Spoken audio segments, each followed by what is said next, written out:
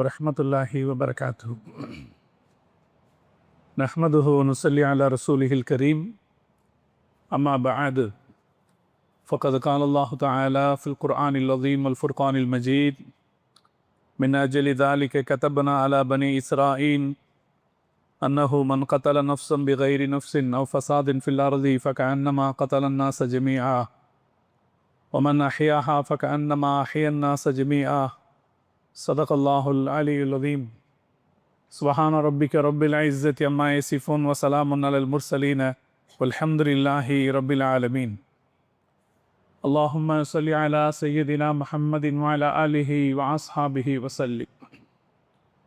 கண்ணியத்திற்கும் மரியாதைக்கும் உரிய அல்லாஹுவின் நல்லடியார்களே, பெரியோர்களே, அருமை சகோதரர்களே, புனிதம் நிறைந்த இந்த வெள்ளிக்கிழமையின் ஜும்மா தொழுகையை நிறைவேற்றுவதற்காக இங்கே ஒன்று கூடி இருக்கிற நம் அனைவரின் மீதும் அல்லாஹு ஜெல்ல ஜலாலுஹுவின் பேரருள் என்றென்றும் நிறைவாக பொழியட்டுமாக.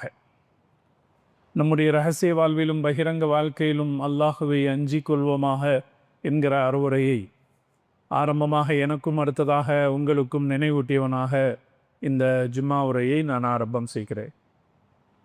அருமையான சகோதரர்களே, புனிதமிக்க ரமலான் மாதத்தை நிறைவு செய்து அதற்கு அடுத்த 6 நாட்கள் நோன்பையும் நோற்றிருப்போர் இன்றைய தினம் அவர்களுடைய 6வது நோன்பை நோக்கிறார்கள். அல்லாஹு தாலா அப்படி நோன்பு நோற்றவர்களுக்கு உரிய சிறந்த நற்பயன்களை அல்லாஹ் வழங்கியல் புரிவானாக. ஷவ்வாலுடைய 6 நோன்பு என்பது தொடர்ந்தாற்போல வைத்தாக வேண்டும் என்கிற அவசியம் இல்லை. சேர்த்து வச்சா நல்லது தான். அப்படி இல்லைன்னா ஷவ்வால் மாதத்தில் இந்த மாதம் முடிகிற வரைக்கும் வச்சுக்கலாம். சேர்த்தும் வைக்கலாம், தனித்தனியாகவும் வச்சுக்கலாம். இந்த வாரம் 2, அடுத்த வாரம் 2 என்று அப்படியும் வைத்து கொள்ளலாம். அதனால் ஆர்வமுடையவர்கள் ஷவ்வால் மாதத்தில் இன்னும் இருக்கிற நாட்களை பயன்படுத்தினால் இந்த ஷவ்வாலுடைய 6 நோன்புகளை கடைபிடித்த நன்மை கிடைக்கும். முஹம்மது ரசூலுல்லாஹி ஸல்லல்லாஹு அலைஹி வஸல்லம் அவர்கள் சொன்னார்கள், யார் ரமலான் 30 நாட்கள் நோன்பு பிடித்து அதற்கு அடுத்து 6 நாட்கள் நோன்பை தொடர்ச்சியாக கடைபிடிக்கிறார்களோ அவர்கள் ஒரு வருடம் முழுக்க நோன்பு நோற்ற நன்மையை பெறுவார்கள் என்று முஹம்மது ரசூலுல்லாஹி ஸல்லல்லாஹு அலைஹி வஸல்லம் அவர்கள் சொல்லியிருக்கிறார். நம்மளில் பல பேருக்கும் அது வயசானவங்களுக்கு தான் அப்படின்னு ஒரு நினைப்பு இருக்குது. அப்படி அல்ல, எல்லோருக்கும் அது ஒரு சுன்னத்தான விஷயம்தான். அதனால் ஒருவேளை தொடர்ச்சியாக நோன்பு பிடிக்க முடியாமல் இருந்துச்சு அப்படின்னா இன்ஷா அல்லாஹ் இன்னும் வரக்கூடிய நாட்களை கூட நாம் பயன்படுத்தி கொள்ளலாம். அல்லாஹு தாலா தௌஃபிக் செய்தல் புரிவானாக. அருமையான சகோதரர்களே, உலகம் முழுக்க இருக்கிற மக்கள் இப்போது ஒரு பெரும் கவலையிலே இருக்கிறார்கள். ஈரானின் மீது இஸ்ரேலும் அமெரிக்க நாடும் நடத்திய யுத்தத்தில் உலக மக்கள் அனைவரும் துன்பத்திற்கும் துயரத்திற்கும் ஆளாக தொடங்கி இருக்கிறார்கள். இனி வரக்கூடிய நாட்கள் யுத்தம் தொடருமானால் அது உலகத்தில் வாழக்கூடிய அனைத்து தரப்பு மக்களையும் பெரிய அளவில் பாதிப்பதாக இருக்கக்கூடும் என்கிற அச்சத்தை ஆய்வாளர்கள் வெளிப்படுத்துகிறார். இப்போ இதுவரைக்கும் நடந்த சண்டையில் ஈரானிலும் லிபியாவிலுமாக 4000 பேர் கொல்லப்பட்டிருக்கிறார். ஈரானிலே சுமார் 1900 பேர் கொல்லப்பட்டிருக்கிறார்கள் என்றால் எந்த சம்பந்தமும் இல்லாமல். லிபியாவிலும் 2000 பேர் கொல்லப்பட்டிருக்கிறார். இஸ்ரேலோடு எதிர்த்து போரிடுவதற்கான எந்த வகையான வசதி வாய்ப்பும் இல்லாத நாடு லிபியா. ஆனால் இஸ்ரேலினுடைய ஆத்திரத்திற்கு பலியாக லிபியாவிலும் கிட்டத்தட்ட 2000 பேர் பலியாக இருக்கிறார். இஸ்ரேலிலும் ஈரானிலும் லிபியாவிலுமாக கிட்டத்தட்ட 35,000க்கும் மேற்பட்ட மக்கள் கடுமையாக காயமடைந்திருக்கிறார். எதிர்த்தரப்பிலே இஸ்ரேலுடைய தரப்பிலோ அமெரிக்காவினுடைய தரப்பிலோ உயிரிழப்புகள் அந்த அளவுக்கு இல்லை. ஒரு 20-30 பேர் தான் இறந்து போயிருப்பாங்க. ஆனால் பொருள்களுக்கு நிறைய சேதம் ஏற்பட்டு, பொருள் நஷ்டம் பெரிய அளவில் ஏற்பட்டிருக்கு. காரணம், இந்த யுத்தத்தில் மிக அதிக செலவு பிடிக்கிற ஆயுதங்களையும் விமானங்களையும் இஸ்ரேலும் அமெரிக்காவும் பயன்படுத்துகிறது. அவை அழிக்கப்படுகிற போது ஒரு பெரிய சேதத்தை ஏற்படுத்துகிறது. இந்த 2 நாடுகளுக்கு மட்டும் சேதம் ஏற்படுறதில்லை. சம்பந்தமே இல்லாமல் எந்த வகையான தொடர்பும் இல்லாமல் இருக்கிற நாடுகளுக்கும் இதில் பாதிப்பு ஏற்பட தொடங்கும். இப்போ நம்முடைய நாட்டில் கேஸ் தட்டுப்பாடு எந்த அளவுக்கு போயிடுச்சுன்னா, 1000 ரூபாய்க்கு விற்கிற சிலிண்டரின் விலை 4000 ரூபாய் என்கிற நிலைமைக்கு போய்விட்டது. இப்போதே சில பெட்ரோல் பங்குகளில் 1 லிட்டர் பெட்ரோலுக்கு 5 ரூபாய் விலை ஏறுகிற அளவுக்கு நிலைமை மோசமாகி இருக்கிறது. ஒரு 5 ரூபாய் விலையேற்றம்ங்கிறது சாதாரண விலையேற்றம் அல்ல. 15 காசு 20 காசு இப்படித்தான் விலை ஏறும். அதிகபட்சமாக 1 ரூபா 2 ரூபா விலை ஏறும். இப்போ ஒரே நாளில் சுமார் 5 ரூபாய் அளவுக்கு விலையேற்றம் நடந்திருக்கிறது. பெட்ரோல் விலையேறிச்சு அப்படின்னா, பெட்ரோலை தொடர்ந்து மக்களுக்கு பயனுள்ள ஒவ்வொரு பொருளினுடைய விலையும் உயரும், மக்கள் வாழ்க்கை சிரமத்திற்கு உள்ளாகும். இப்போதே கூட அல்லாஹ் நம்ம ஊரை பாதுகாத்து வச்சுருக்கான். சென்னையில எல்லாம் பல ஹோட்டல்களுடைய வாசலில் இங்கே வழக்கமாக கிடைக்கிற உணவு பண்டங்கள் இப்போது கிடைக்காது, ஒரு சில ஐட்டங்கள் தான் கிடைக்கும் அப்படின்னு எழுதி போட்டிருக்காங்க. சில இடங்களில் அவங்களுடைய உணவகங்களை கடைகளை மூடிவிட்டார். இப்போ இந்த பாதிப்பு யாருக்கோ எங்கோ நடக்கிற சண்டை என்று நாம் ஒதுங்கி இருக்க முடியாது. நம்முடைய வீட்டு அடுக்களை வரைக்கும் இந்த சண்டையினுடைய பாதிப்பு வந்திருக்கிற சூழ்நிலையில் நாம் எல்லோரும் அல்லாஹ்விடத்திலே நாம் துஆ கேட்க கடமைப்பட்டிருக்கோம். இந்த யுத்தம் சீக்கிரம் முடிய வேண்டும், உலகத்திற்கு நிம்மதி கிடைக்க வேண்டும். சம்பந்தமே இல்லாமல் கோடிக்கணக்கான மக்கள் பாதிப்புகளாயிருக்கிறார். வளைகுடா நாடுகளில் இப்போ சவுதி அரேபியாவில் மட்டும் இந்தியர்கள் 25 லட்சம் பேர் வசிக்கிறாங்க. அதே போல் ஐக்கிய அமீரகத்திலே 15 லட்சத்துக்கும் அதிகப்பட்ட மக்கள் வசிக்கிறார். கத்தார், அதே போல் குவைத்து, பஹ்ரைன், எங்கெல்லாம் சண்டைக்கான களங்களாக இருக்கிறதோ அங்கெல்லாம் அதிகப்படியான வெளிநாட்டு மக்கள் வசிக்கிறார். சம்பாதிப்பதற்காக தங்களுடைய குடும்பங்களை விட்டுவிட்டு அங்கே சென்றவர்களுடைய நிலைமை இப்போது தினசரி இரவு தூங்குகிற போதும் பயத்தோடு தூங்க வேண்டிய, அதே போல் காலை விழிக்கிற போதும் பயத்தோடு வேலைக்கு செல்ல வேண்டிய ஒரு சூழ்நிலையாக இருக்குது. நேற்று ராத்திரி ஒருத்தர் துபாயில் இருக்கிற ஷேக் ஜயீத் ரோட்டினுடைய வீடியோ எடுத்து காட்டுறார். உலகத்தில் ஆக பரபரப்பாக இருக்கிற சாலைகளில் ஒன்று அந்த ஷேக் ஜயீத் சாலை என்று சொல்லப்படக்கூடிய துபாயில் இருக்கிற ஒரு பிரதான சாலை.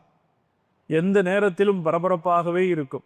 மிக உயர்ந்த கட்டடங்கள் சூழப்பட்டிருக்கிற அந்த சாலை எப்போதும் பரபரப்பாக இருக்கும், பார்ப்பதற்கு கவர்ச்சிகரமாக இருக்கும்.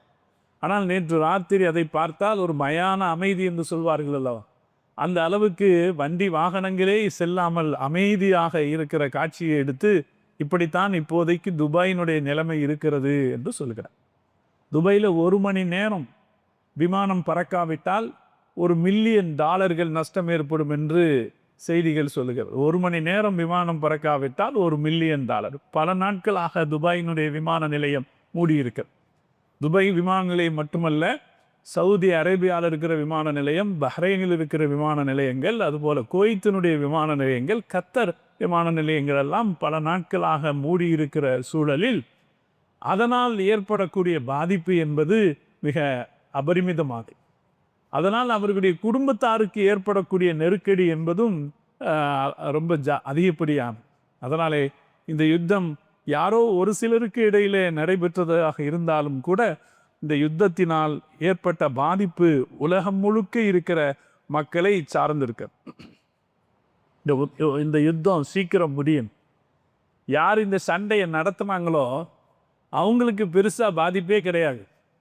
இஸ்ரேலுக்கும் அமெரிக்காவுக்கும் பெருசாக பாதிப்பே கிடையாது. அதை எதில் தெரிஞ்சுக்கலாமா, இவ்வளவு சண்டை நடந்த போதும் கூட அமெரிக்க டாலருடைய மதிப்பு குறையல.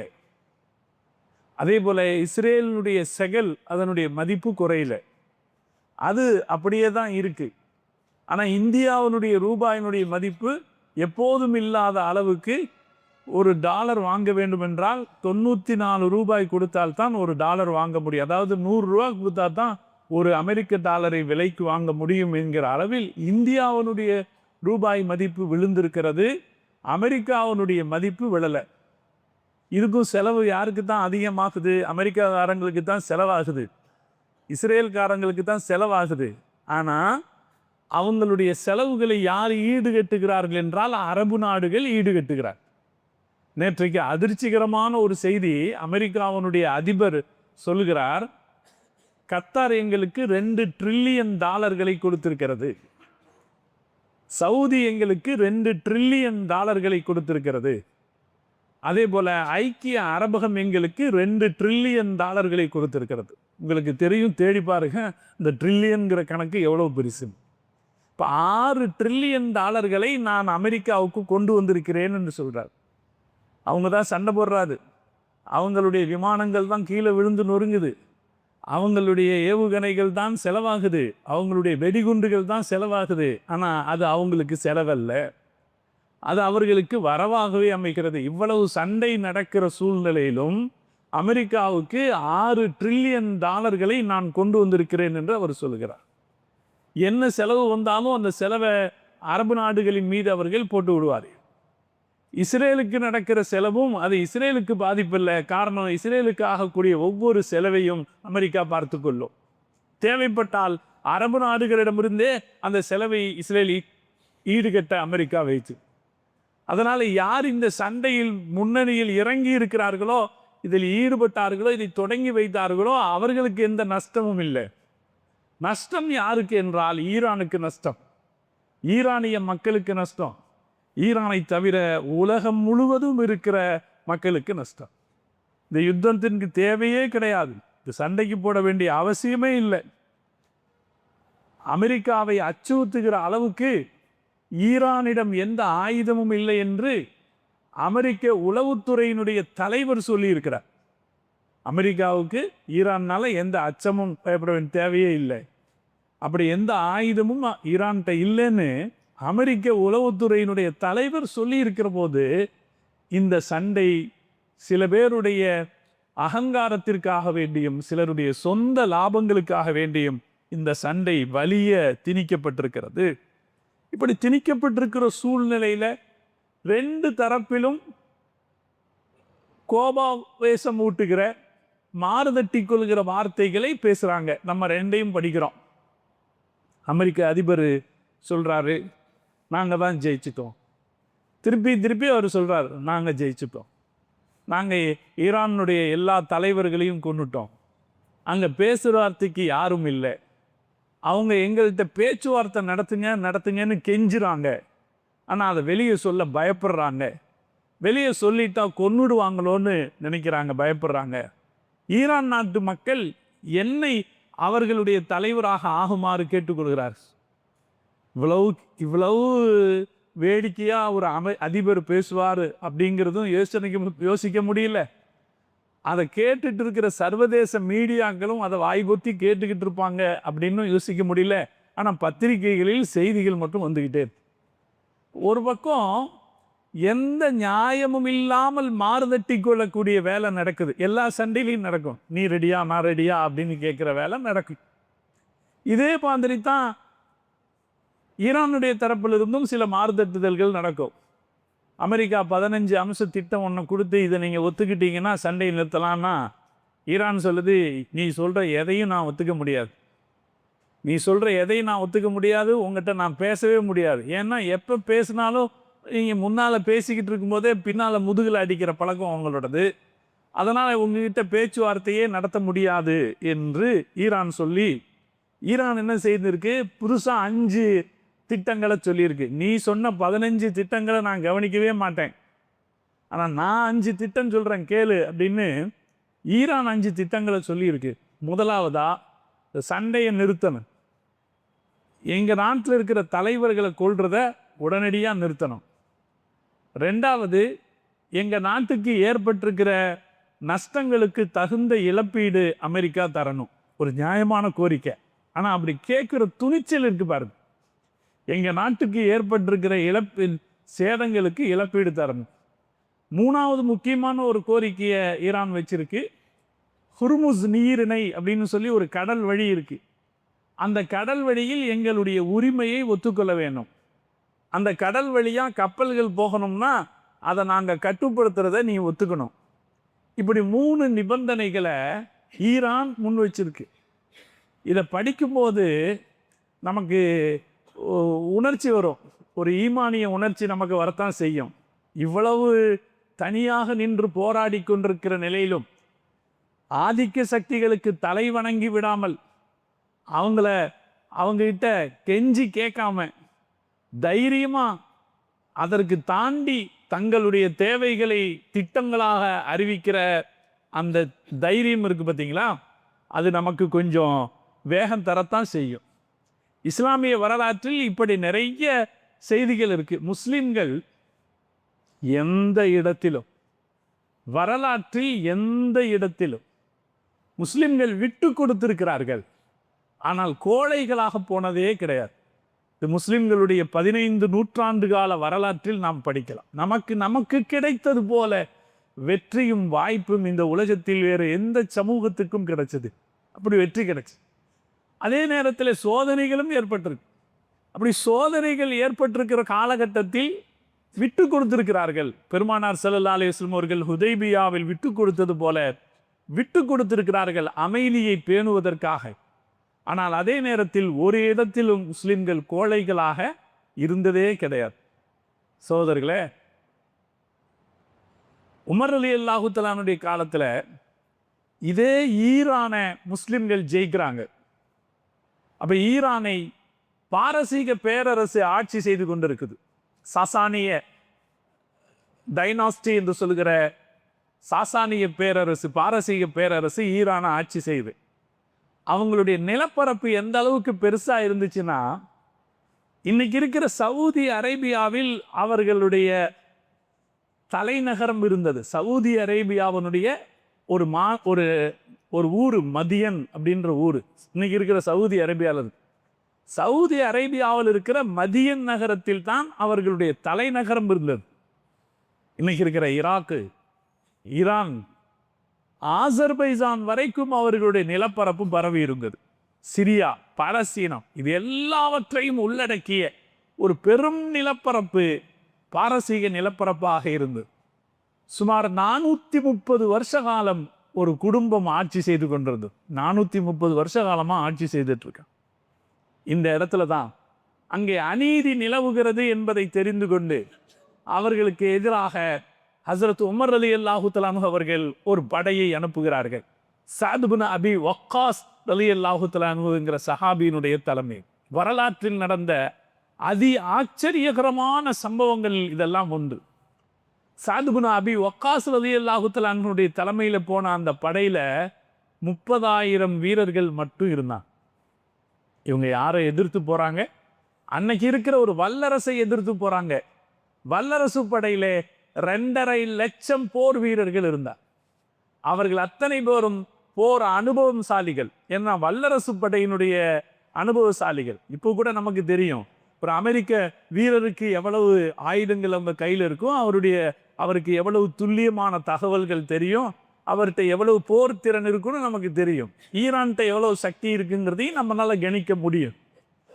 அன்னைக்கு பாரசீக பேரரசனுடைய படைகளாக 2.5 லட்சம் பேர் இருந்தார்கள். முஸ்லிம்களுடைய படை வீரர்களாக 30,000 பேர் இருந்தாங்க.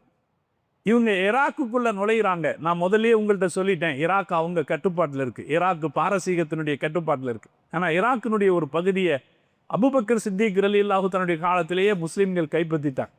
அதை தாண்டி ஈராக்கிலே காதிசியா என்ற ஒரு ஊர், டைகிரிஸ் நதியினுடைய மேற்கு கரையில் இருக்கிற காதிசியான்னு ஒரு ஊர். வரலாறு படித்தோம்னா பழைய நாகரீகங்களை சொல்லுவாங்க. சுமேரிய நாகரீகம், மொசபடோமிய நாகரீகம் எல்லாம் பேசுவாங்க. அந்த மொசபடோமிய நாகரீகம் செழித்து வளர்ந்த இடம் தான் காதிசியாங்கிற இந்த ஊர். காதிசியாங்கிற ஊரில் பாரசீக படைகளும் முஸ்லிம் படைகளும் சந்திக்கிறாங்க. பாரசீக படை தளபதி முஸ்லிம்களை வேவு பார்க்க ஆள் அனுப்புறார். நம்மளை எதிர்த்து இவங்க வந்திருக்காங்களே, புதுசாக வந்திருக்காங்க இந்த ஆளுங்க, இவங்க ஒரு பேரரசெல்லாம் கிடையாது, புதுசாக வந்திருக்காங்க, திடீர்னு வந்திருக்காங்களே அப்படின்னு இவங்க கொஞ்சம் பேர் மட்டும் நம்மளை எதிர்க்க வந்திருக்காங்களே, என்ன தைரியத்தில் எதிர்க்க வந்திருக்காங்க அப்படின்னு முஸ்லிம் படைகளை வேவு பார்ப்பதற்காக ஆள் அனுப்புறார். வேவு பார்த்துட்டு வந்தவங்க சொல்றாங்க 30,000 பேர் தான் இருக்காங்க, அதிக ஆட்கள் எல்லாம் கிடையாது, துணைப்படைகளை மறைத்து வைத்து கொண்டெல்லாம் அவர்கள் வரல, இவ்வளவுதான் இருக்கிறாங்கன்னு சொல்றாங்க. பாரசீக படையினுடைய படை தளபதி ருஸ்தும், வரலாற்றில் புகழ்பெற்ற ஒரு படை தளபதி ருஸ்தும் ஃபருஹசாத், பெரிய பராக்கிரமம் பொருந்திய ஒரு படைத்தளபதி. யோசிக்கிறான், நம்ம 2.5 லட்சம் பேர் இருக்கோம், இவங்க வெறும் 30,000 பேர் வந்திருக்காங்க. இப்போ இவங்களை நம்ம சராசரியாக எடை போடக்கூடாது. இந்த யுத்தத்தை வெறும் எண்ணிக்கையில் நாம் பேசக்கூடாது. அதனால் இவங்ககிட்ட நம்ம பேசி பார்ப்போம்னு சொல்லி பாரசீக படையினுடைய தளபதி முஸ்லிம் படை தளபதிக்கு கடிதம் எழுதுறாரு, பேச்சுவார்த்தைக்கு ஆள் அனுப்புங்கன்னு. சகோதரர்களே, சராசரியாக என்ன நடக்கணும்? கம்மி எண்ணிக்கையில் இருப்பவர்கள் தான் பேச்சுவார்த்தைக்கு வரமாட்டாங்களான்னு ஏங்கணும். இவங்க ஏதாவது பேச்சுவார்த்தைக்கு வந்து வரமாட்டாங்களான்னு ஏங்கணும். ஆனால் முஸ்லீம்கள் பேச்சுவார்த்தைக்கு கூப்பிடலை. பாரசீக படையினுடைய தளபதி பேச்சுவார்த்தைக்கு கூப்பிட்றார். பாருங்க, இப்போ அமெரிக்க அதிபர் 48 மணி நேரத்தில் ஈரானை அழிச்சிருவேன்னு சொன்னவர் திடீர்னு 15 அம்ச கோரிக்கைகளை நான் கொடுக்கிறேன் அப்படிங்கிறார். 15 அம்ச கோரிக்கை, 150 அம்ச கோரிக்கைன்னு எது சொல்லுவதும் அவர்களுடைய நிலைமை பலவீனமாயிருக்கிறது என்பதை காட்டுகிறது. பாரசீக படை தளபதியிட்ட பேசுறதுக்காக ரிபஈ இப்னு ஆமிர் ரலியல்லாஹு தஆலா அன்ஹு என்கிற சஹாபிய சஅத் இப்னு அபி வக்காஸ் ரலியல்லாஹு தஆலா அன்ஹு அவங்க அனுப்பி வச்சாங்க. நமக்கெல்லாம் வாய்ப்பு கிடைச்சா அந்த வரலாறு எடுத்து படித்து பார்க்க. முஸ்லிம்கள் அவர்களுடைய ஈமானிய வலிவை எந்த அளவு வெளிப்படுத்தி இருக்கிறார். பாரசீக படை தளபதி அவருடைய கூடாரம் பிரம்மாண்டமாக இருக்கிறது. கூடாரம் ஆடம்பரமாக பிரம்மாண்டமாக இருக்குது.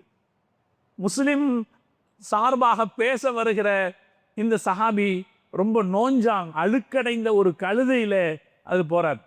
கழுதையில் அங்கே போகிறார். போன ஒரு நேராக கழுதையோட இந்த கூடாரத்துக்குள்ளே நுழைகிறார். அங்கே இருக்கிறவங்க வாளை எடுத்துகிட்டு போகக்கூடாதுங்கிறாங்க. வாளெல்லாம் கொண்டு போகக்கூடாது அரசருக்கு முன்னாலேன்னு. அப்போ அவர் சொல்கிறாரு, நான் அனுமதி கேட்டு நான் இங்கே வரல. அரசரை சந்திக்கணும்னு அனுமதி கேட்டு நான் வரல. எங்களை சந்திக்கணும்னு அவர் தான் கேட்டுக்கிட்டு இருக்காரு. இப்போ நான் எப்படி வரணும்னு நான் தான் தீர்மானிப்பேன், நீங்கள் தீர்மானிக்க முடியாது அப்படின்னு சொல்லிட்டு தன்னுடைய வாளோடு ருஸ்துமுனுடைய சபைக்குள்ளே போய் அங்கே இருந்த ஒரு நாற்காலியில் அவருடைய கழுதையை கட்டி வைத்து விட்டு அவர் பேச ஆரம்பிக்கிறார். பேசுகிற போது அவர்கள் கேட்கிறார், பாரசீக படை தளபதி கேட்கிறார், உங்களுக்கு என்ன வேணும்? காசு வேணுமா? வியாபாரம் செய்ய காசு வேணுமா? நாங்கள் தர்றோம். அல்லது நீங்கள் அரசாட்சி செய்கிறதுக்கு ஏதாவது நிலம் வேணுமா? நாங்கள் தர்றோம். உங்களுக்கு என்ன வேணும்? நாங்கள் தர்றோன்னு போது இந்த சஹாபி சொன்னார், எங்களுக்கு வியாபாரம் செய்வதற்கான காசு எங்களுக்கு போதுமான அளவு இருக்குது. ஆட்சி ஆளுமை செய்வதற்கான நிலப்பரப்பும் எங்களிடத்தில் போதுமானதாக இருக்கு. இதுக்கெல்லாம் நாங்கள் வரல, வேற எதுக்கு வந்திருக்கீங்க என்று கேட்கிற போது ரிபஈ இப்னு ஆமிர் ரலியல்லாஹு தஆலா அன்ஹு அவர்கள் சொன்னார்கள், லினுஹ்ரிஜன் நாஸ மினல் லுலுமாத்தி இலன் நூர், மக்களை இருட்டிலிருந்து வெளிச்சத்திற்கு கொண்டு வருவதற்காக நாங்கள் வந்திருக்கிறோம். நஹ்னு கௌமுன், நாங்கள் யாருன்னா அல்லாஹ் எங்களை தேர்ந்தெடுத்திருக்க. எதுக்காக? மக்களை இருட்டிலிருந்து வெளிச்சத்திற்கு கொண்டு போவதற்காக, அநீதியிலிருந்து நீதத்திற்கு கொண்டு போவதற்காக அல்லாஹ் எங்களை அனுப்பியிருக்கான். அதனால் அவர் சொல்கிறாரு, நீங்கள் இஸ்லாத்தை ஏற்றுக்கிட்டீங்கன்னா சண்டை இல்லை, நீங்கள் இஸ்லாத்தை ஏற்றுக்கிட்டீங்கன்னா சண்டை இல்லை, இல்லைன்னா எங்களுக்கு கட்டுப்படுவதாக ஒத்துக்குங்க. இந்த ஒத்த மனுஷர் பாரசீக படையினுடைய தளபதியிட்ட சொல்கிறாரு, ஒன்று இஸ்லாத்தை ஏற்றுக்குங்க, அல்ல இஸ்லாம், இல்லையா எங்களுக்கு கட்டுப்பட்டு ஜிசியா கொடுத்து எங்களுக்கு கட்டுப்படுறதுக்கு சம்மதிங்க, இல்லையா சண்டை போட்டு யார் ஜெயிக்கிறோமோ அவர்கள் வெற்றி அடைந்து கொள்ளலாம். இப்படி 3 ஆப்ஷன்ஸ் இருக்கிறது என்று பாரசீக படை தளபதிக்கு சொல்றார். இப்போ பாரசீக படை தளபதி சொன்னார், சகோதரர்களை நீங்கள் இதை படித்து பாருங்க. பாரசீக படையினுடைய தளபதி அவருக்கு ஏதோ கொஞ்சம் நெருடுது. அவர் சொல்கிறாரு, நாங்கள் இதை அரசருக்கு எழுதி கேட்க வேண்டும். நீங்கள் ஆப்ஷன் கொடுக்குறீங்க, நாங்கள் இதை அரசருக்கு எழுதி கேட்க வேண்டும், அது வரைக்கும் நாள் தர வேண்டும், தாமதிக்க வேணும். இப்போ அந்த சஹாபி சொன்னார், 3 நாளைக்கு மேலே நாங்கள் அதிகம் நாள் தரக்கூடாது என்று எங்கள் தலைவர் முகமது ரசூலுல்லாஹி ஸல்லல்லாஹு அலைஹி வஸல்லம் அவர்கள் சொல்லியிருக்கிறார். எங்கள் தலைவர் எங்களுக்கு சொல்லியிருக்கிறார், எதிரிகளுக்கு 3 நாள் வாய்ப்பு கொடுக்கலாம், 3 நாள் வாய்ப்பு தர்றேன், அதுக்குள்ளே முடிவு பண்ணுங்க. அப்போது அவர் சொன்னார், கோபம் வருது. அப்போ தான் அவனுக்கு கோபம் வருது. அவன் சொல்கிறான், சரி போங்க, உங்கள் அனைவரையும் காதிசியாவில் நான் சமாதியாக்குவேன், காதிசியாவின் படுகொலியில் உங்கள் அனைவரையும் நான் சமாதியாக்குவேன் என்று பாரசீக படையினுடைய தளபதி சொன்னான். அது எல்லாருக்கும் போர் சந்தர்ப்பத்தில் இப்படியெல்லாம் என்ன வரும், இந்த வேகம் வரும். சஹாபி திரும்பி வந்துட்டார். அதுக்கு அடுத்து சண்டை நடந்தது. சகோதரர்களே, 30,000 பேர் கொண்ட முஸ்லிம் படை 2.5 லட்சம் பேர் கொண்ட பாரசீக படையை தோற்கடித்து பாரசீகத்தை முழுமையாக ஆட்கொண்டார்கள் ஹசரத் உமர் இப்னுல் ஹத்தாப் ரலியல்லாஹு தன்னுடைய காலம். அப்படித்தான் ஈரான் இஸ்லாமிய வட்டத்துக்குள்ள வந்துச்சு. இவங்களை எல்லாம் நான் காதிசியாவிலே சமாதியாக்குவேன்னு சொன்னானே ருஸ்தும், அவனுக்கு என்ன நிலைமை ஏற்பட்டுச்சு? அவன் ஓடி போனான், எங்கேயும் தங்க முடியாமல் தப்பித்து ஓடி போனான். கடைசியிலே காபூலில் போய் ஒரு கிணத்துல விழுந்தான். ஒரு ஆள் நீ கிணத்துல இருந்து தப்பிச்சுக்கேன்னு சொன்னான். அந்த கிணத்துக்குள்ள ஏற்கனவே ஈட்டிகள் வைக்கப்பட்டிருந்துச்சு, அது தெரியாம கிணத்துல விழுந்தான். கிணத்துல விழுந்து ருஸ்தும் இறந்து போனான் அப்படின்னு வரலாறு சொல். நீங்க ருஸ்தும் அப்படிங்கிற படை தளபதியை தனியா படிச்சீங்கனாலே அவர் ரொம்ப பராக்கிரமசாலி. நம்ம ஊர்லாம் இந்த வீரபாண்டிய கட்டபொம்மன் மாதிரி எல்லாம் வரலாறு சொல்லுவாங்களா இல்லையா? அந்த மாதிரி ரொம்ப பராக்கிரமசாலி வீரன். அவன் பேசினான், மாறுதட்டி பேசினான். முஸ்லிம் படை வீரர்களை நான் காதிசியாவில் நான் அவர்களை சமாதியாக்குவேன்னு சொன்னான். கடைசியில் அவன் போய் ஒரு கிணத்துல விழுந்து செத்துக்கோன். முஸ்லிம்கள் ஜெயிச்சான். இந்த பணிகள் இருக்குது. இந்த யுத்த காலங்களில் இந்த மாதிரி மாறுதட்டி கொள்கிற பணிகள், வேலைகள் பல கட்டத்திலையும் நடக்கும். அதே போலத்தான் இப்போ அமெரிக்கா நாங்கள் ஜெயிச்சிட்டோன்னு மாறுதட்டுது, நாங்கள் ஈரானை அழிச்சிருவோன்னு மாறுதட்டுது. ஆனால் அல்லாஹு தாலா என்ன செய்ய போகிறான் என்பது இனி வரும் காலத்தில் தெரிந்து போய்விடும். அது எவ்வளவு பெரிய வல்லரசுகளாக இருந்தாலும் ஆணவம் பிடித்தவர்கள் நீண்ட காலம் வென்றதில்லை என்பதுதான் வரலாறு.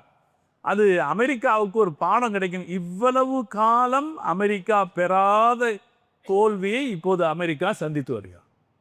இவ்வளவு காலம் அவர்கள் அடையாத தோல்வியை அவர்கள் சந்தித்து வருகிறார். அல்லாஹு தாலா இந்த ஒரு யுத்தத்தில் அமெரிக்காவின் ஆணவத்திற்கு முடிவு கட்ட வேண்டும். காரணம் என்னன்னா, அமெரிக்காவினுடைய ஆணவத்தாலே உலகத்துக்கு ஒருபோதும் நன்மை ஏற்பட்டது.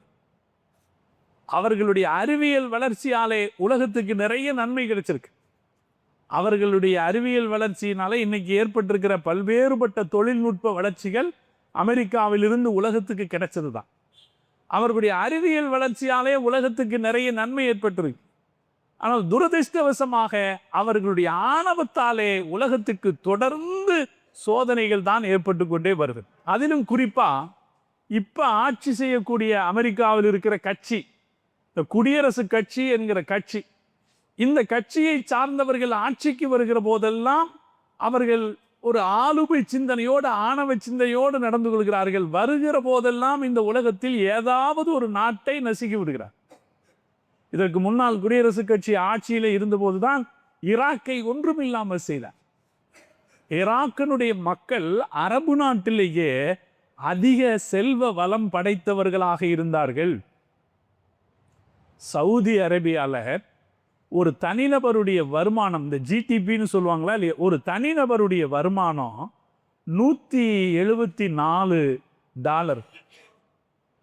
சவுதி அரேபியாவில் எண்ணெய் வளம் அதிகமாக இருக்கிறதாக சொல்ற சவுதி அரேபியாவில் ஒரு தனிநபருடைய வருமானம் $174.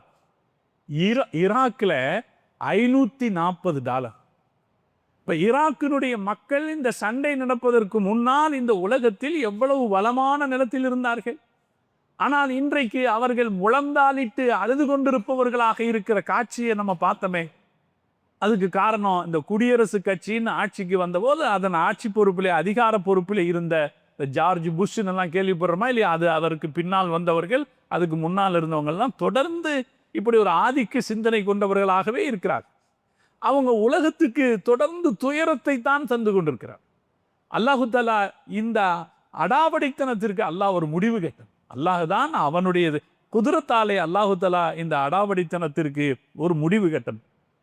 இப்போ 2 பக்கமும் சண்டை நடக்கும்போது இந்த வீராப்பு பேச்சு இருக்கு பார்த்தீங்களா? அமெரிக்கா பக்கமும் ஒரு பக்கம் வீராப்பு பேச்சு இருக்கும், இன்னொரு பக்கம் ஈரான் பக்கமும் வீராப்பு பேச்சு இருக்கும். நாமெல்லாம் மனசால என்ன செய்வோம்? ஈரானுக்கு சார்பாக இருப்போம். ஈரானை பற்றி பேசும்போது உற்சாகமாக நம்ம பேசுவோம். ஆனால் ஒரு யதார்த்தம், அமெரிக்காவுக்கோ இஸ்ரேலுக்கோ ஏற்படுற பாதிப்பு ரொம்ப சின்னது. நேற்றுக்கு இஸ்ரேல் ஒரு வீடியோ போடுது. அந்த வீடியோவில் ஈரான்லேருந்து வர்ற ராக்கெட்டு ஒரு காரை கவுத்திடுது. அதை ஒரு வீடியோவை போட்டு ஈரான் எங்களை தாக்கிருச்சின்னு சொல்கிறோம். ஈரான்லேருந்து போகிற ராக்கெட்டு ஏற்படுத்துகிற பாதிப்பு ரொம்ப சின்னது, ரொம்ப சின்னது. ஆனால் இஸ்ரேல்காரன் ஒரு ராக்கெட்டு விட்டு ஈரானை தாக்குகிற போது, அல்லது அமெரிக்கா ஒரு ராக்கெட் விட்டு ஈரானை தாக்குகிற போது அதனால் ஏற்படுற பாதிப்பு ரொம்ப பெருசு. இப்போ நாம் ஈரான் அனுப்புகிற ராக்கெட்டில் சந்தோஷப்பட்டுக்கிட்டு இருக்கோம். ஈரான் அனுப்புகிற ராக்கெட்டால் அங்கே இது விழுகுது, இங்கே விழுகுது, திருப்பி அடிக்கிறாங்கன்ற ஒரு சந்தோஷம் இருக்குது. ஆனால் பாதிப்பு அதிகமாக ஈரானுக்கு தான் இருக்குது. இது வரைக்கும் ஈரானுக்கு 130 கப்பல்கள், கடற்படை கப்பல்கள் அழிஞ்சு போயிருக்கு. 130 கடற்படை கப்பல். ஒரு கப்பல் கட்டுறதுக்கு பல வருஷம் பிடிக்கும். அதுவும் இராணுவத்துக்கு தேவையான ஒரு கப்பல் கட்டுறதுக்கு பல வருஷம் பிடிக்கும். பல கோடி டாலர்கள் அதுக்கு செலவாகும். 7 சப்மரீன்கள், 7 நீர்மூழ்கி கப்பல்கள், ஈரானுடைய 7 நீர்மூழ்கி கப்பல்கள் அழிக்கப்பட்டிருக்கு. ஈரானுடைய எண்ணெய் வயல் கரிக்கப்பட்டிருக்கு. அதனாலே யதார்த்தத்தில் நாம் ஈரானுடைய அவர்கள் அடிக்கிற மிசைல் அட்டாக்ஸ், அவர்கள் அடிக்கிற ஏவுகணை தாக்குதலாலே நாம் கொஞ்சம் திருப்தி அடைகிற மாதிரி தெரிஞ்சால் கூட ஒரு யதார்த்தத்தில் என்னன்னா ஈரானுக்கு பாதிப்பு அதிகமாக தான். அதனால இந்த யுத்தம் நடைபெற இந்த நேரத்தில் நாம் இந்த தரப்பு அந்த தரப்பு என்று ஒரு தரப்பை சார்ந்து நிற்பதை விட நாம் யுத்தம் நிற்கணும்னு நினைக்கிறது தான் சிறப்பாக.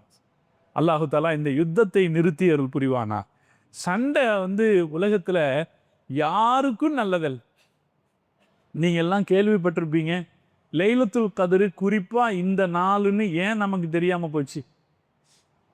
லைலத்துல் கத்ருடைய நாளை பற்றி நான் உங்களுக்கு சொல்லலான்னு வந்தேன். ரசூலுல்லாஹ் சொன்னான், நான் உங்களுக்கு சொல்லலான்னு வந்தேன்.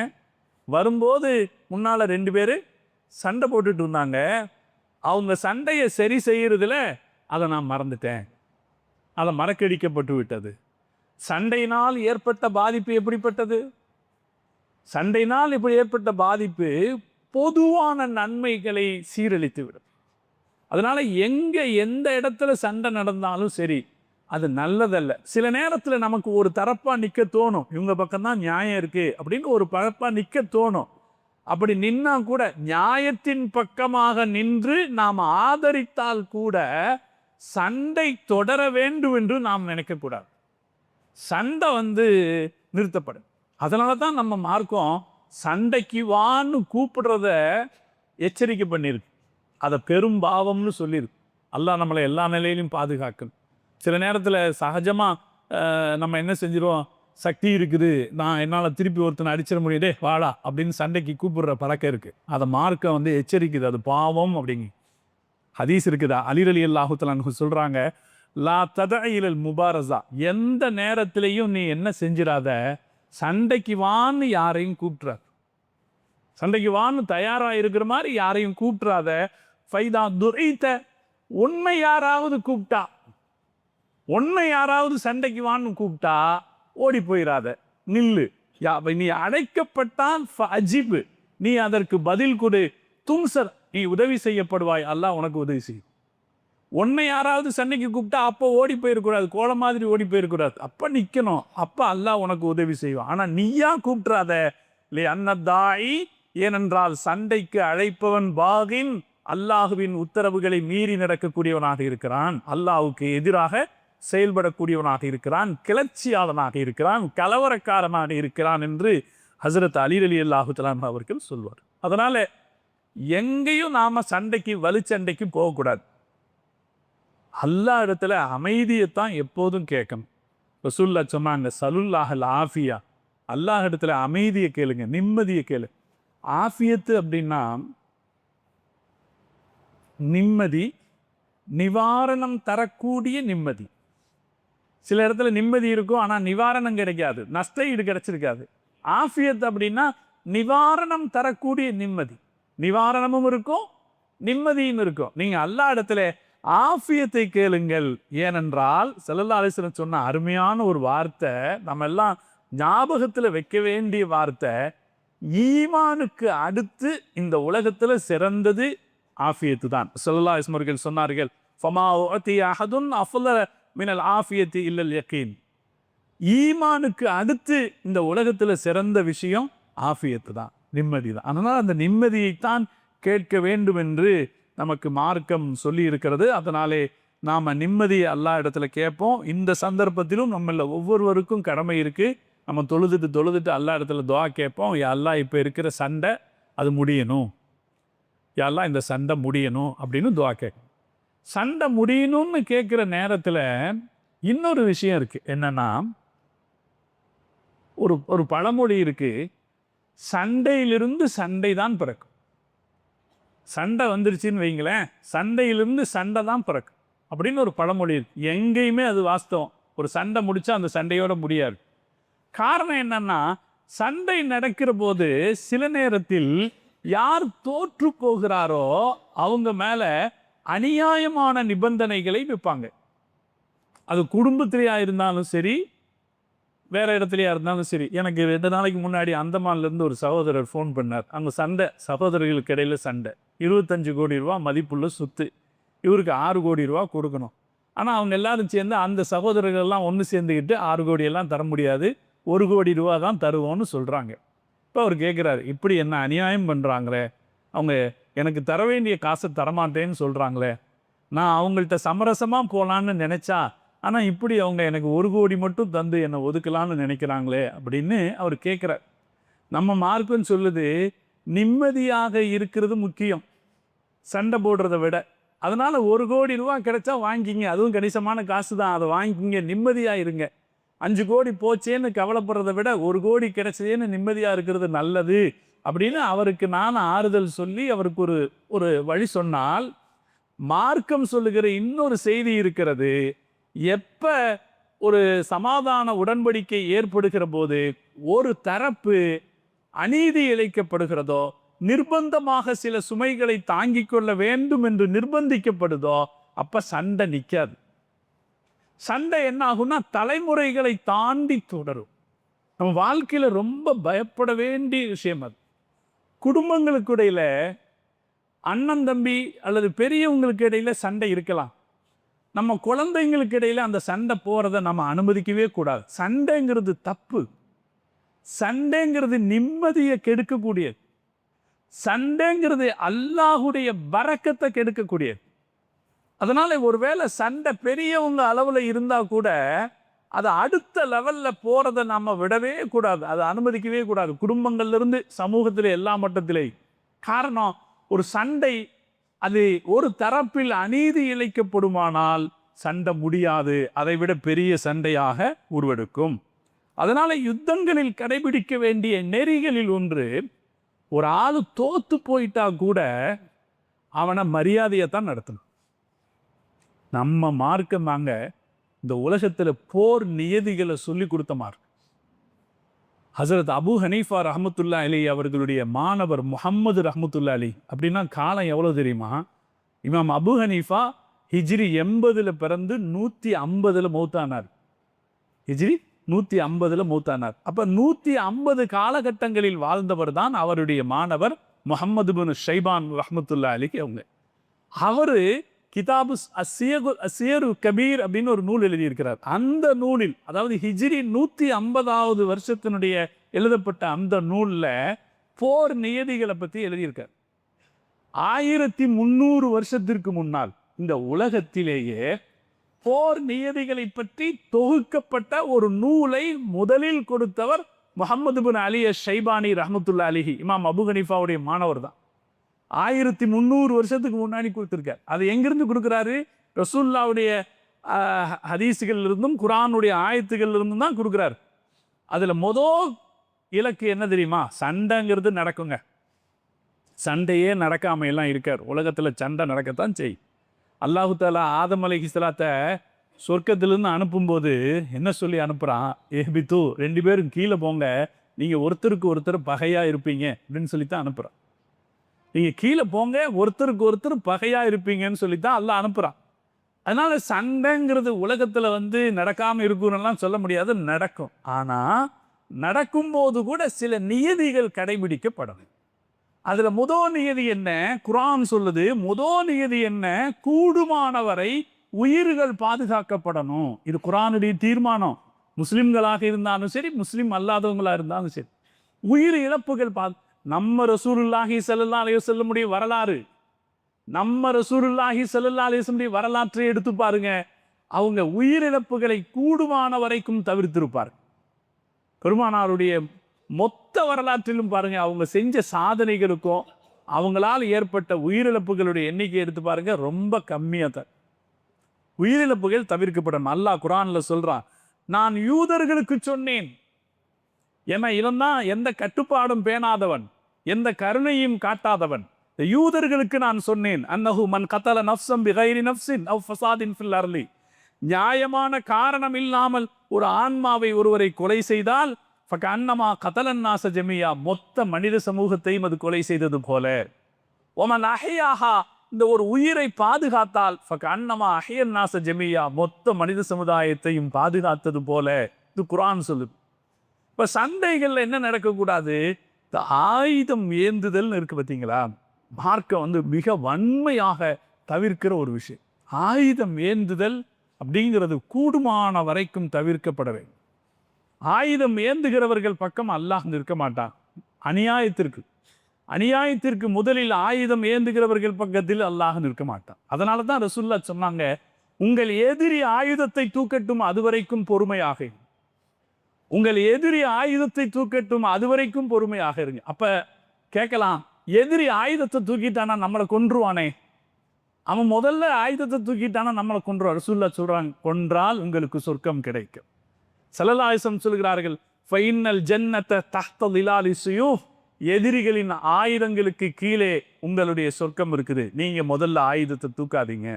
மார்க்கம் சொல்லிக் கொள்கிறது, உயிரிழப்புகள் பாதுகாக்கப்படணும். அதே போல பெண்கள் சிறுவர்கள் கொல்லப்படக்கூடாது. நபி ஸல்லல்லாஹு அலைஹி வஸல்லம் அவர்கள் ஒரு இடத்துல பெண்கள் கொல்லப்பட்டிருப்பதை பார்த்து சஹாபாக்களுக்கு சொன்னாங்க, பெண்கள் சிறுவர்கள் கொல்லப்படக்கூடாது.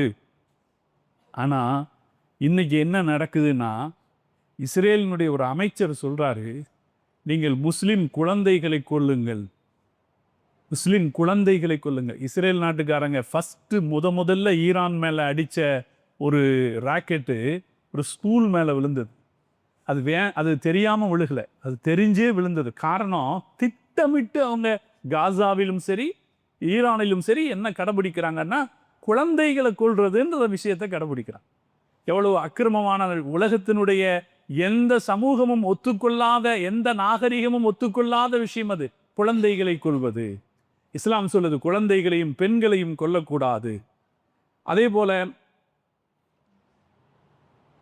ஹஸ்ரத் அபூபக்கர் சித்திக் ரலியல்லாஹு தஆலா ஆட்சிக்கு வந்தபோது அவங்க சொன்னாங்க, இதுவும் நாமெல்லாம் தெரிஞ்சு வச்சுக்கிறது நல்லது, எவ்வளவு உன்னதமான வழிமுறைகளை நாம் கடைபிடிச்சோம். ஜிஹாதுங்கிற பேரை சொல்லிக்கிட்டு நம்ம கூட நிறைய தப்பு செய்கிற ஆட்கள் இருக்காங்க. ஜிஹாதுன்னு பேரை சொல்லிக்கிட்டு ஹஸ்ரத் அபூபக்கர் சித்திக் ரலியல்லாஹு தஆலா, லா தஹூனு, நீங்கள் மோசடி செய்யாதீர்கள். எந்த இடத்துல? யுத்தத்தில், சண்டையில் மோசடி செய்யாதீர்கள். வலா தகுலு, நீங்கள் ஆணவம் காட்டாதீர்கள். வலா தகுதுரு, நீங்கள் செய்த உடன்படிக்கைகளை மீறாதீர்கள். நீங்கள் சித்திரவதை செய்யாதீர்கள். வலா தக்துலு திஃப்லன் சகீரன், சிறு குழந்தைகளை நீங்கள் கொல்லாதீர்கள். வலா ஷேഖன் கபீரன், வயது மூத்தவர்களை கொல்லாதீர்கள். வலா இம்ரஅத்தன், பெண்களை கொல்லாதீர்கள். வலா தக்தஉ நஹ்லன், மரங்களை வெட்டாதீர்கள். வலா துஹரிகுஹு, அதை தீ வைத்து எரிக்கவும் செய்யாதீர்கள்.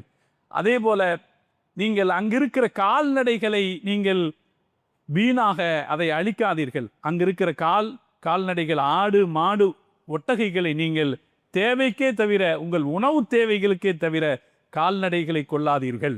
அதே போல யார் தங்களுடைய மடாலயங்களை, ஆலயங்களில் போய் அடைக்கலமாகி இருக்கிறார்களோ அவர்களை நீங்கள் கொல்லாதீர்கள். யார் யுத்தத்தை விட்டு நாங்கள் ஒதுங்கி இருக்கிறோம் என்று சொல்கிறார்களோ அவர்களை நீங்கள் கொல்லாதீர்கள். இதெல்லாம் ஹசரத் அபூபக்கர் சித்திக் ரலியல்லாஹு தஆலா அன்ஹு தன் படை வீரர்களுக்கு சொல்லிக் கொடுத்த அறிவுரை. இந்த படைதான் உலகத்தின் பெரும்பங்கு நிலப்பரப்பை வெற்றி கொண்ட படை. ஹசரத் அபூபக்கர் சித்திக் ரலியல்லாஹு தன்னுடைய காலத்திலிருந்து முஸ்லிம்கள் புறப்பட்ட படை தான் உலகத்தின் பெரும்பங்கு நிலப்பரப்பை வெற்றி கொண்ட படை. அந்த படைக்கு இந்த அறிவுரை சொல்லப்பட்டது. அதுக்கப்புறம் சொன்னாங்க, இன்னொரு தடவை சொன்னாங்க, யார் காயம் பெற்றிருக்கிறார்களோ அவர்களை கொல்லாதீர்கள். அதுக்கப்புறம் அவர் சொன்னாரு, நீங்க உங்களுடைய படைகளையும் ரொம்ப அடக்கி வைக்காதீங்க. அடக்கி வச்சாங்கன்னா அவங்க கேவலப்பட்டுருவாங்க. உங்க படைய கண்காணிப்பு இல்லாம விட்டுறாதீங்க. கண்காணிப்பு இல்லாம விட்டுட்டீங்கன்னா அவங்களுக்கு தான் தோன்றித்தனமாக நடந்து கொள்வார்கள். அதனாலும் பிரச்சனை ஏற்படும் என்று சொல்லி, அல்லாவின் பொறுப்பில் உன்னை அனுப்பி வைக்கிறேன் என்று சொல்லி படைகளை அனுப்பி வைப்பது ஹசரத் அபூபக்கர் சித்திக் ரலியல்லாஹு தன்னுடைய பழக்கம். மார்க்கம் சொல்லுச்சு, சித்திரவதை செய்யக்கூடாதுன்னா ஒரு நாய்க்கு கூட சித்திரவதை செய்யக்கூடாது. ரசூலுல்லாஹ் சொன்னான், ஈயாக்கும் வல் முஸ்லா, யாரையும் சித்திரவதை செய்வதை நான் எச்சரிக்கிறேன், செய்யாதீர்கள். வலவு பில் கல்பில் அகூர், வெறிபிடித்த நாயாக இருந்தாலும் சரி, வெறிபிடித்த நாயை கூட நீங்கள் சித்திரவதை செய்யாதீர்கள் என்று சொல்லிக் கொடுத்துதான் இஸ்லாமிய போர் மரபு. தோட்டங்களை சிதைக்கக்கூடாது, விளைச்சல் தருகிற நிலங்களை சிதைக்கக்கூடாது என்றெல்லாம் சொல்லிக் கொடுத்துதான் போர் மரபு. ஆனா இன்னைக்கு என்ன நடக்குது? இன்னைக்கு என்ன, எந்த வகையான நாகரீக குணத்தையும் கடைபிடிக்காமல் யுத்தம் நடக்கிறது. அதனால இப்ப நாம அல்லாஹ்விடத்தில் கேட்டு முதல்ல இந்த யுத்தம் நிக்கணும்னு துஆ செய்யணும். யுத்தம் நிக்கணும். அதே நேரத்தில் எப்படி நிக்கணும்னா, இன்னொரு சண்டைக்கு வழிவகுக்கிற மாதிரி நிற்கக்கூடாது. யுத்தம் எந்த அணியினுடைய கை கீழே இறங்கி இருக்கிறதோ அந்த அணிக்கு அதிக சேதம் ஏற்படாதவாறு நிற்க வேண்டும். 2ஆம் உலக யுத்தத்தின் போது, முதல் உலக யுத்தத்தின் போது ஜெர்மனி தோத்து போச்சு. ஜெர்மனி தோத்து போச்சு. நீங்க வரலாறு படிச்சு பாருங்க. ஜெர்மனி தோத்து போச்சு. தோத்து போன ஜெர்மனியின் மீது அமெரிக்காவும் பிரிட்டனும் மிக கடுமையான நிபந்தனைகளை விதித்தார்கள். இப்ப அமெரிக்கக்காரரு ஈரானை பார்த்து சொல்றார், நீ அணு செறிவூட்டுதல் நடத்தக்கூடாதுன்னு சொல்றார். அதுக்கு எந்த வகையான நியாயமும் இல்லை. அணுசக்தியை பயன்படுத்திக் கொள்வதற்கு எல்லோருக்கும் உரிமை இருக்கிறது. இந்தியாவிடம் அணுசக்தி இருக்கிறது, பாகிஸ்தானிடம் அணுசக்தி இருக்கிறது, சீனாவிடம் அணுசக்தி இருக்கிறது, இஸ்ரேலிடம் அணுசக்தி இருக்கிறது. இவங்க எல்லாருக்கிட்டையும் அணுசக்தி இருக்கும்போது ஈரான் கிட்ட வந்து நீ அணுசக்தியை பயன்படுத்தக்கூடாது, எந்த வகைக்கும் பயன்படுத்தக்கூடாது அப்படின்னு 2 நாளைக்கு முன்னாடி ட்ரம்ப் அனுப்பிய செய்தியில ஈரானை அவர் நிர்பந்தம் பண்றார். இப்படி ஒரு காலகட்டத்தில் ஜெர்மனி நிர்பந்திக்கப்பட்டது. முதல் உலக யுத்தத்தில் அவர்கள் தோற்று போன போது ஜெர்மனியை நிர்பந்திச்சாங்க. வரலாறு படித்தால் தெரியும் சகோதரர்களே. 2ஆம் உலக யுத்தம் ஏற்பட்டதுக்கே என்ன காரணம்னா, ஜெர்மனி தோற்று போன ஜெர்மனியின் மீது சுமத்தப்பட்ட அநீதியான நிபந்தனைகள். அதே போலத்தான் இப்போ ஒரு போர் நியதி என்னன்னா, தோத்து போனவங்களை மரியாதையா நடத்தணும். இப்ப ஈரான் தோத்து போகல, ஈரான் தோத்து போகல. ஆனா இப்போதும் ஈரான் ஒரு சமாதானம் வேண்டும் என்கிற சூழ்நிலையைத்தான் விரும்புகிறது. இந்த சமாதானத்தை யார் கொடுக்க முடியும்னா, வல்லரசு நாடாக இருக்கிற அமெரிக்கா தான் கொடுக்க முடியும். அமெரிக்கா சண்டை போட்டுட்டே இருக்கலாம்னு நினைச்சா சண்டை தொடர்ந்துகிட்டு தான் இருக்கும். நாம யதார்த்தத்தை புரிஞ்சுக்கணும். அமெரிக்காக்காரன் சண்டை போட்டுட்டே இருக்கணும்னு நினைச்சா சண்டை தொடர்ந்துகிட்டு தான் இருக்கும். இஸ்ரேல்காரனை பொறுத்த வரைக்கும் சண்டை நடக்கிற வரைக்கும் தான் அவனுக்கு லாபம். அதனால இந்த 2 ஆதிக்க ஆணவ சக்திகளும் சண்டை முடிக்கணும்னு ஒரு முடிவுக்கு வரணும். அவர்கள் முடிவுக்கு வந்தால்தான் சண்டை முடியும். அந்த நேரத்தில் ஈரான் ஒத்துக்கொள்ளும். அப்படி ஒத்துக்கொள்கிற சந்தர்ப்பத்தில் ஈரானுக்கு மரியாதையற்ற நிபந்தனைகளை போடக்கூடாது. இது கவனிக்கப்பட வேண்டிய விஷயம். ஏனென்றால் மரியாதையற்ற நிபந்தனைகள் விதிக்கப்படுமானால் நிச்சயம் அது இன்னொரு சண்டைக்குத்தான் காரணம். இப்ப நடந்திருக்கிற சண்டையில கூட ஒரு யதார்த்தம் என்னன்னா, ஒரு பெரிய நமக்கு ஒரு சந்தோஷம் கொடுக்கிற விஷயம் என்னன்னா, ஈரான் அரபு நாடுகளை தாக்குச்சு.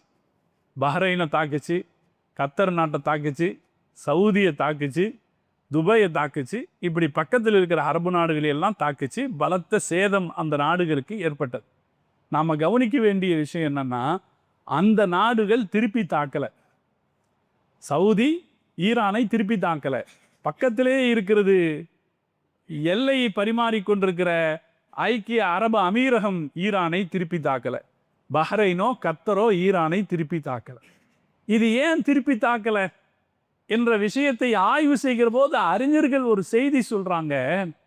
இஸ்லாமிய சகோதரத்துவம் இன்னும் உயிரோடு இருக்கிறது.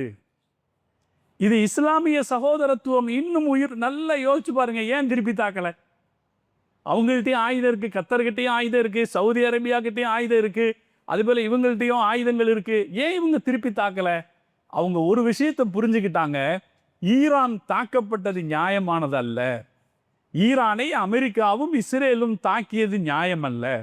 எனவே அவர்கள் நம்மளை திருப்பி அடிக்கிறதுக்கு காரணம் நம்ம மேல கொண்டுண்டான பகை அல்ல, அமெரிக்காவை எதிர்க்கிற நோக்கத்தில் அடிக்கிறார்கள். அதனால நாம திருப்பி தாக்க வேண்டாம் என்று அவர்கள் முடிவு செய்ததில் இஸ்லாமிய சகோதரத்துவத்திற்கு ஒரு பங்கு இருக்கிறது என்று ஆய்வாளர்கள் எழுதுகிறார். இத்தனை பிரச்சனைகளுக்கு இடையிலேயும், இவ்வளவு சச்சரவுகளுக்கும் பிரச்சனைகளுக்கு இடையிலேயும் இஸ்லாமிய சகோதரத்துவ உணர்வு எங்கோ ஒரு இடத்தில் மறைந்திருக்கிறது என்பதுதான் இந்த நாடுகள் திருப்பி தாக்காமல் இருப்பதற்கான காரணம் என்று எழுதியிருக்கிறார்கள்.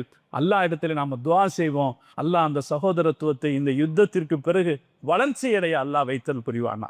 முஸ்லிம்கள் ஒன்று திறந்திருந்தால், ஒருத்தன் சொன்னான், முஸ்லிம்கள் ஒன்று திரண்டு ஒன்று கடிச்சாங்கன்னா இன்னைக்கு இருக்கிற இஸ்ரேல் இல்லாமல் போயிடும்னு சொன்னேன். முஸ்லிம்கள் ஒன்று திரண்டால் அந்த ஒற்றுமைக்கான சக்தி அவ்வளவு வலிமையானது. ஆனால் அந்த ஒற்றுமை என்பது குறைந்து போயிருக்கிறது. இப்போ இந்த சண்டையில் பார்க்குற ஒரு விஷயம் என்னன்னா, முஸ்லிம்களுக்கு இடையில ஒரு சகோதரத்துவம் இருக்கு. அல்லாஹ் குர்ஆன்ல சொல்லுவான், இன்னமல் முஃமினூன இஹ்வத்துன், மூமின்கள் எல்லோரும் சகோதரர்கள்னு சொல்லுவான். சகோதரர்கள் அப்படிங்கிற கருத்தை சொல்றதுக்கு அரபியில 2 வார்த்தை இருக்கு. ஒன்று அஹ்வான், அஹ்வான் என்றாலும் சகோதரர்கள், இஹ்வத் என்றாலும் சகோதரர். 2 வார்த்தை இருக்கு. ஆனா அல்லாஹ் இஹ்வத்துங்கிற வார்த்தையை பயன்படுத்தி இருக்கான். அந்த இஹ்வத்தில் இருக்கிற விசேஷம் என்னன்னா, ஒரு தாய்க்கு பிறந்த சகோதரர்களை இஹ்வத் என்று சொல்வார். பொதுவாக சகோதரர்கள் சொல்லும்போது அஹ்வான் என்று சொல்வார்கள். ஒரு தாய்க்கு பிறந்த இரத்த பந்த சகோதரர்களை இஹ்வத் என்று சொல்வார்கள். இன்னமல் முஃமினூன இஹ்வத்துன், மூமின்கள் எல்லோரும் இஹ்வா, ஒரு தாய்க்கு பிறந்த சகோதரர்களைப் போல என்று அல்லாஹ் சொல்கிறான். அந்த சகோதரத்துவம் கொஞ்சமாவது இங்கே வெளிப்பட்டிருப்பதை பார்க்க முடிகிறது என்று ஆய்வாளர்கள் சொல்றாங்க. நம்ம அல்லாஹ் இடத்துல துஆ செய்வோம், இந்த யுத்தம் நிற்கணும், இந்த யுத்தம் நிற்கணும். யுத்தம் முடியும் போது அது ஈரானுக்கு மரியாதையான ஒரு முடிவை தர வேண்டும்.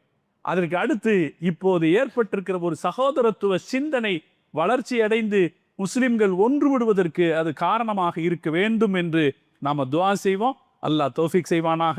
இன்னைக்கு பேசப்படக்கூடிய யுத்த சந்தர்ப்பத்தில் பேசப்படக்கூடிய அந்த மாறுதட்டி கொள்கிற பேச்சு இருக்கு பார்த்தீங்களா, அதுக்கு பின்னாடி நம்ம போக வேணாம்.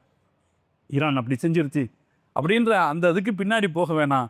யுத்தம் முடியணும், யுத்தம் முடியணும்னே நம்ம துஆ செய்யும். காரணம், சண்டை என்பது எப்போதும் உலகத்திற்கு நன்மையை தரக்கூடியதல்ல, சமாதானம்தான் உலகத்திற்கு நன்மையை தரக்கூடியது.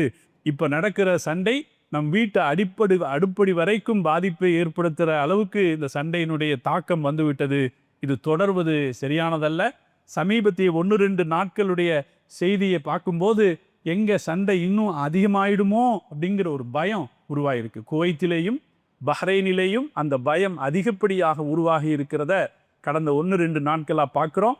நம்ம நாட்டிலையும் பார்க்குறோம். நீங்கள் நம்ம நாட்டினுடைய வடபுலங்களில் இருக்கக்கூடிய சூழ்நிலைகளை பார்த்தீங்கன்னா, பெட்ரோல் கிடைக்காம பல மைல்களுக்கு மக்கள் வண்டிகளை நிறுத்தி இருக்கிற காட்சிகளை எல்லாம் பார்க்குறோம். நாம் பீதி அடைய வேண்டிய அவசியம் இல்லை. ரப்பு இருக்கிறான் எல்லா நேரத்துலையும். நாம் புரிஞ்சிக்க வேண்டிய ஒன்று இருக்குது, சண்டை நல்லதல்ல, சண்டை நின்றுடணும். அந்த நிற்கிறது தான் நல்லது என்பதை உணர்ந்து நம்மில் ஒவ்வொருவரும் அல்லாஹ்விடத்தில் துஆ செய்யணும். யா அல்லாஹ், இந்த சண்டையை நிறுத்து, உன்னுடைய சக்தியால் இந்த சண்டையை நிறுத்து யா அல்லாஹ். அப்படி நிறுக்கிற போது இதில் யாருடைய கையில், இதில் ஈரானுடைய கைக்கு, ஈரானுடைய தரப்புக்கு அவமதிப்பு ஏற்படாத வகையில் யா அல்லாஹ் இந்த சண்டையை நிறுத்து என்று நாம் துஆ செய்வோம். இந்த சண்டைக்கு பிறகு இஸ்லாமிய சகோதரத்துவம் வளர்வதற்கு யா அல்லாஹ் இதை காரணமாக்கி வைப்பாயாக என்றும் நாம் துஆ செய்வோம். அல்லாஹு தஆலா அவனுடைய தரப்பிலிருந்து அவனுடைய சக்தியை பயன்படுத்தி அல்லாஹ் இந்த சண்டையை நிறுத்தியல் புரிவானாக. இந்த உலகத்தில் ஆணவத்தால் அக்கிரமம் செய்யக்கூடிய சக்திகளை அல்லாஹ் அவனுடைய ஆற்றலால் அவர்களை அல்லாஹ் கட்டுப்படுத்தியல் புரிவானாக என்று துஆ செய்து நிறைகிறேன். வாஹு தஅவானா அல்ஹம்துலில்லாஹி ரப்பில் ஆலமீன்.